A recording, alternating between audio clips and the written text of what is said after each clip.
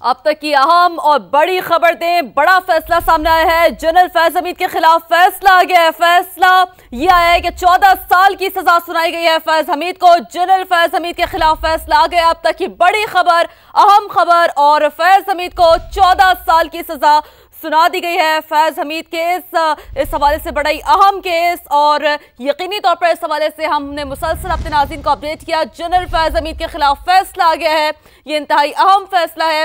14 سال کی سزا سنا دی گئی ہے فیض حمید کو۔ جنرل فیض حمید کے خلاف فیصلہ آ گیا ہے، فیض حمید کو 14 سال کی سزا سنا دی گئی ہے۔ تو ایک انتہائی اہم فیصلہ، بڑا فیصلہ، بڑی خبر، اور اب تک کی سب سے بڑی خبر، سابق لیفٹیننٹ جنرل فیض حمید کو 14 سال قید کی سزا سنائی گئی ہے۔ فوجی عدالت کا یہ ایک بڑا اہم فیصلہ ہے، اور فوجی عدالت کا ایک اہم فیصلہ سامنے آیا ہے۔ اب سابق لیفٹیننٹ جنرل فیض حمید کو 14 سال قید کی سزا سنائی گئی ہے۔ 12 اگست 2024 کو پاکستان آرمی ایکٹ کے تحت سابق لیفٹیننٹ جنرل فیض حمید کے خلاف فیلڈ جنرل کورٹ مارشل کی کارروائی کا آغاز ہوا تھا، یاد رہے، جو مجموعی طور پر 15 ماہ تک یہ کارروائی جاری رہی تھی، اور ایسے میں اب جو فیصلہ آیا ہے 14 سال قید کی سزا سنا دی گئی ہے۔ بات کریں گے، نمائندہ خصوصی سمیرہ خان نے ہمیں جوائن کیا ہے۔ سمیرہ، بڑا اہم فیصلہ سامنے آیا ہے، 14 سال قید کی سزا سنائی گئی، بتائیے گا کیا ڈیٹیلز ہیں؟ جی بالکل، پاک فوج کے شعبۂ تعلقات عامہ ISPR کے مطابق سابق لیفٹیننٹ جنرل فیض حمید کے خلاف 12 اگست 2024 کو فیلڈ جنرل کورٹ مارشل کا عمل شروع ہوا تھا، جو تقریباً 15 ماہ جاری رہا ہے۔ بیان کے مطابق ملزم پر 4 سنگین الزامات پر ٹرائل کیا گیا، جن میں سیاسی سرگرمیوں میں ملوث ہونا، آفیشل سیکرٹ ایکٹ کی خلاف ورزی جو ریاست کی سلامتی و مفاد کے لیے نقصان دہ تھی، اختیارات اور سرکاری وسائل کا غلط استعمال، اور شہریوں کو ناجائز نقصان پہنچانا شامل ہے۔ طویل اور تفصیلی قانونی کارروائی کے بعد عدالت نے تمام الزامات ثابت ہونے پر ملزم کو 14 سال قید بامشقت کی سزا سنائی ہے۔ باضابطہ اعلان 11 دسمبر کو کیا گیا ہے۔ ISPR کے مطابق فیلڈ جنرل کورٹ مارشل نے تمام قانونی تقاضے پورے کیے ہیں، اور ملزم کو اپنی پسند کی دفاعی ٹیم رکھنے سمیت مکمل قانونی حقوق فراہم کیے ہیں۔ انہوں نے یہ بھی کہا کہ مجرم کو متعلقہ فورم پر اپیل کا حق بھی حاصل ہے۔ ترجمان نے بتایا کہ سیاسی عناصر کے ساتھ مل کر انتشار اور عدم استحکام پھیلانے سمیت دیگر معاملات میں ان کی مداخلت کے پہلوؤں کو علیحدہ طور پر دیکھا جا رہا ہے۔ یہ آخری پیرا اس میں بہت اہمیت کا حامل ہے، اور اس میں میری رائے کے مطابق اس میں 9 مئی کے حوالے سے بھی ایک ریفرنس ہے، جو کہ بیان میں شامل نہیں ہے، مگر انتشار پھیلانے اور عدم استحکام پھیلانے سمیت دیگر معاملات میں بھی ان کے رول کو دیکھا جا رہا ہے۔ ٹھیک ہے سمیرہ، ایک بار پھر آپ سے مزید تفصیل حاصل کریں گے۔ جو تفصیلات ابھی تک آپ نے دی ہے وہ بھی سما کے ناظرین تک بتا دیں۔ ایک بڑا اہم فیصلہ ہے، اور فیض حمید کے خلاف 4 الزامات پر یہ مقدمہ چلایا گیا۔ ISPR کی جانب سے بھی یہ کہا جا رہا ہے، تو یہ ممکنہ طور پر 4 الزامات تھے جس پر یہ مقدمہ تھا، جس پہ جیسا کہ سمیرہ ہمیں بتا رہی تھی کہ ریاست کی سلامتی کے خلاف ایک تو اقدام تھا۔ بات کرتے ہیں حافظ احسان صاحب، ماہر قانون ہمیں جوائن کر چکے ہیں۔ حافظ احسان صاحب، اس فیصلے کو مجموعی طور پر کیسے دیکھتے ہیں آپ؟ کیا آگے آپ دیکھتے ہیں کہ لیگل پروسیڈنگز میں بڑا وقت دیا گیا سر، ایک بہت اتنے ماہ جو ہے وہ اتنا کوشن دیا گیا کہ تمام تر جو اپنے ڈیفنس میں چیزیں وہ سامنے رکھ سکیں، لیکن اب یہ اہم فیصلہ آ گیا ہے؟ بسم اللہ الرحمن الرحیم۔ آج جو فیلڈ جنرل کورٹ مارشل نے فیصلہ کیا ہے، اس کے 3 بنیادی طور پہ ایسپیکٹس ہیں۔ ایک یہ ہے کہ جو جس طرح کے چارج فریم کیے گئے تھے وہ بنیادی طور پہ 4 قسم کے تھے۔ ایک مس یوز آف اتھارٹی تھا، اس کے بعد یہ ہے کہ رانگ فل لاس تھا، آفیشل سیکرٹ ایکٹ کی وائلیشن تھی، اور پوسٹ ریٹائرمنٹ پولیٹیکل ایکٹیویٹیز تھیں، اس کے متعلق جو چارج تھا فریم کیا گیا۔ اور بنیادی طور پہ یہ جو سچویشن سٹارٹ ہوتی ہے وہ ہوتی ہے 9 مئی 2017 کو، جب ان آفیشل کیپیسٹی جو ہے جس کا گورنمنٹ ریسورسز کا مس یوز کیا گیا یا اپنی اتھارٹی کا مس یوز کر کے ٹاپ سٹی کے اوپر جو ہے وہ ایک ریڈ کیا گیا، وہاں سے بہت ساری جو چیزیں تھیں وہ انلیگلی وہاں سے لی گئیں۔ اس کے بعد یہ معاملہ پاکستان کی سپریم کورٹ کے اندر 8 نومبر 2023 کو ایک پراپر اپلیکیشن کی صورت کے اندر آیا، اور جس کے اوپر سپریم کورٹ آف پاکستان نے 14 نومبر 2023 کو ایک آرڈر کیا کہ جی منسٹری آف ڈیفنس جو ہے جو بھی اس ایپلیکیشن کے اوپر ایک اپروپریٹ چیز بنتی ہے اس کے اوپر ایک فیصلہ کرے۔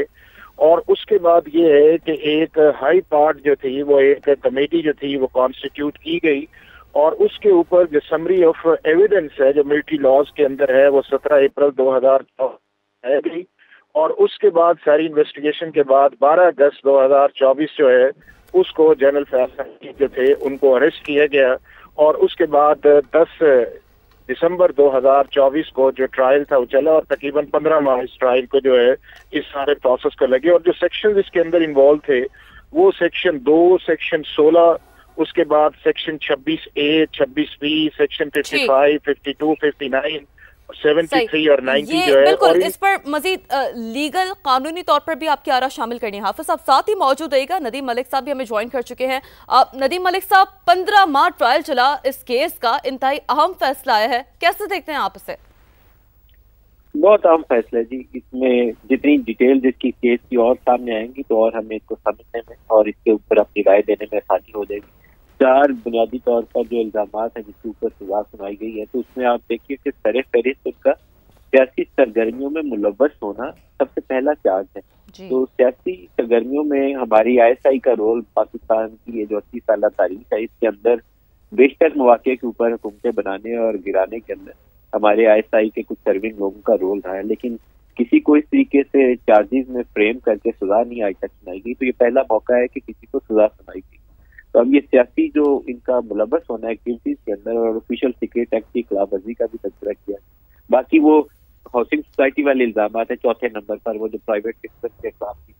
لیکن یہ پہلے 2 چیزوں کی ڈیٹیلز جتنی آئے گی تو مجھے اس کیس کو سمجھنے میں آسانی ہو جائے گی. کیا سیاسی سرگرمیوں میں ملوث ہونے سے مراد یہ ہے کہ کس طریقے سے انہوں نے PTI کی حکومت بنوائی, یا ان کے وہ جو مارچے لانگ مارچ وغیرہ وہ کرتے رہے پشاور سے کر کے ادھر آئے یا لاہور سے چل کر ادھر آئے, کیا ان الزامات کو اس کے اندر شامل کیا گیا؟ 9 مئی کو کس حد تک وزن دیا گیا اور اس میں ان کا رول کس طریقے سے جانچا گیا؟ یہ بہت ہی اہم ہوگا کیونکہ یہ کیس پھر عمران خان کے ساتھ جا کے جڑ جائے گا.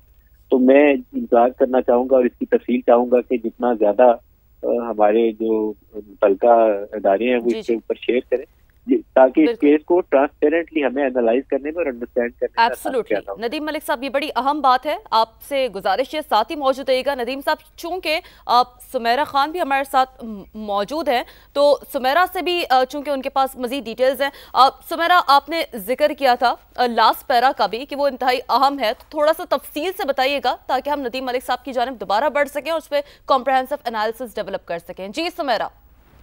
میں اس میں بالکل ملک صاحب کی بات میں نے بھی پوری سنی ہے اور ایگزیکٹلی جب ہم اس کے ڈیٹیلز کو شیئر کر رہے تھے لاسٹ پیرا کا ذکر میں نے اسی پیرائے میں کیا تھا کہ آخری پیرا میں ہی اہم بات جو ہے وہ ہے جس کے اوپر ابھی مزید کام ہو رہا ہے, یعنی سزا کا اعلان کر دیا گیا ہے فیلڈ جنرل کورٹ مارشل کا, مگر ترجمان ISPR کی جانب سے کہا گیا ہے کہ سیاسی عناصر کے ساتھ مل کر انتشار اور عدم استحکام پھیلانے سمیت دیگر معاملات میں بھی ان کی مداخلت کے پہلو علیحدہ طور پر دیکھے جا رہے ہیں.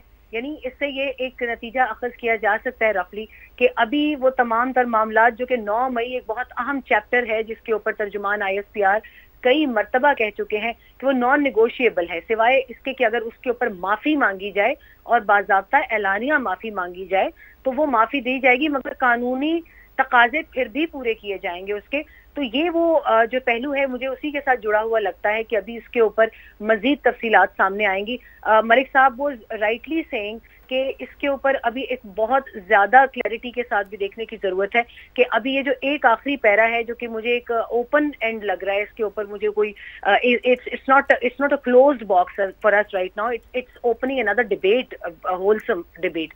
تو یہ اس کے اوپر 9 مئی کا حوالہ مجھے نظر آتا ہے. 9 مئی کے بعد بھی بہت سارے ہم نے ایسے ایکشنز دیکھے. 26 نومبر کو بھی دیکھا کہ جس کے اندر ایک ٹرینڈ چلا تھا باقاعدہ گولی کیوں چلائی والا, جبکہ اس کے اندر ایگزیجریٹ کیا گیا تھا لاشوں کو بھی, اور اس کے اندر تمام تر نقصانات جو کہ پاکستان تحریک انصاف کی جانب سے کلیم کیا گیا تھا کہ ان کے اوپر ایک باربیرک انداز میں گولی چلائی گئی, جب حقائق سے اس کا لینا دینا نہیں تھا. بعد میں بہت سی انڈیپینڈنٹ رپورٹس نے بھی اس کو ثابت کیا کہ اس میں ایگزیجریٹڈ نمبر تھا. خود PTI کی لیڈرشپ اس کے اوپر سے وہ انہوں نے ایک یو ٹرن لیا, وہ 450 سے فوری طور پر وہ 7, 5 اور 10 کے نمبر پر آ گئے تھے.